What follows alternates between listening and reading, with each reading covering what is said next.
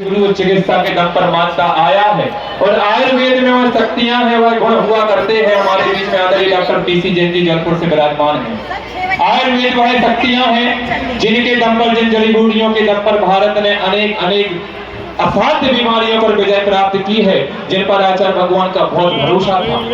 उन्होंने इस आयुर्वेद को लुप्त होते हुए जानकर गुरुदेव को बड़ी पीड़ा हुई और उन्होंने पूर्णायु अनुसंधान केंद्र की स्थापना जयपुर में करके इसके लिए एक नया जीवन पूर्णायु के रूप में आयुर्वेद की चिकित्सा को दिया है।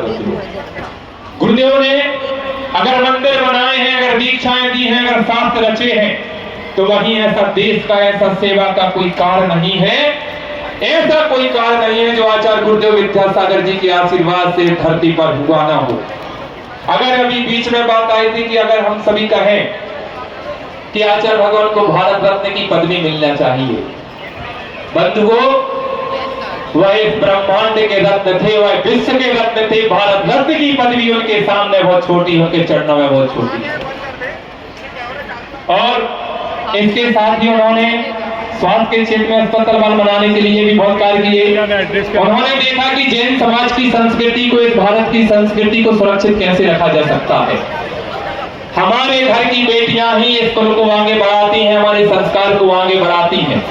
हमारी बेटियां जब विवाह करके जाती हैं ससुराल में और अपने परिवार को आगे बढ़ाती हैं, तो आने वाली उस पीढ़ी को अगर सर्वप्रथम कोई पाठशाला हुआ करती है तो वह मां हुआ करती है, जो बच्चों को संस्कार दिया करती है।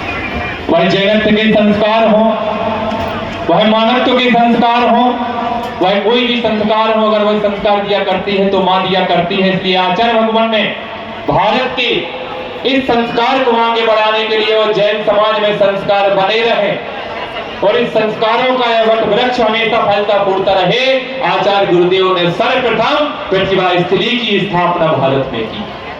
आज प्रतिभा स्थली ने जो आयाम रचे हैं, आज प्रतिभा स्थली की समर्पित बहनों ने जो समर्पण आज आचार्य भगवान को दिखाया है, जो जीवन भर किया है, बंधुओं आप सोचिए, व्रत लेकर पूरे जीवन को, पूरा घर छोड़कर, और इतनी हाई प्रोफाइल बहनें एक से एक सरकारी नौकरियों को वह छोड़ करके आचार्य भगवान के आशीर्वाद से प्रतिभा स्थली में बच्चियों को शिक्षा प्रदान कर रही हैं। बंधुओं, कोई एसडीएम की पदवी को छोड़कर बैठा है, कोई मजिस्ट्रेट की पदवी को छोड़कर बैठा है, कोई प्रोफेसर की पदवी को छोड़कर बैठा है।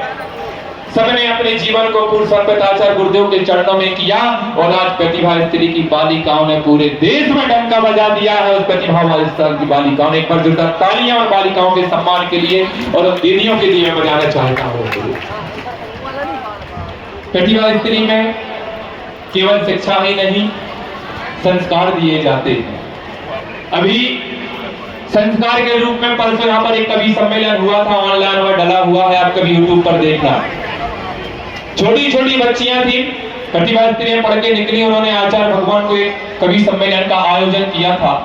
विषय रखा था केवल आचार्य विद्यासागर। उस कवि सम्मेलन में ना हास्य था, ना वीर रस था, ना श्रृंगार रस था, ना रति थे, ना रोग था, ना जुगुप्सा, कुछ नहीं था उसमें केवल एक ही रस था, विद्या रस। और केवल एक रस पर जब वहां पर बोला गया तो वह सघन अश्रुओं की धारा से भीग गया था। ऐसा वह कवि सम्मेलन हुआ है, ना भूतो ना भविष्य आप कवि थे।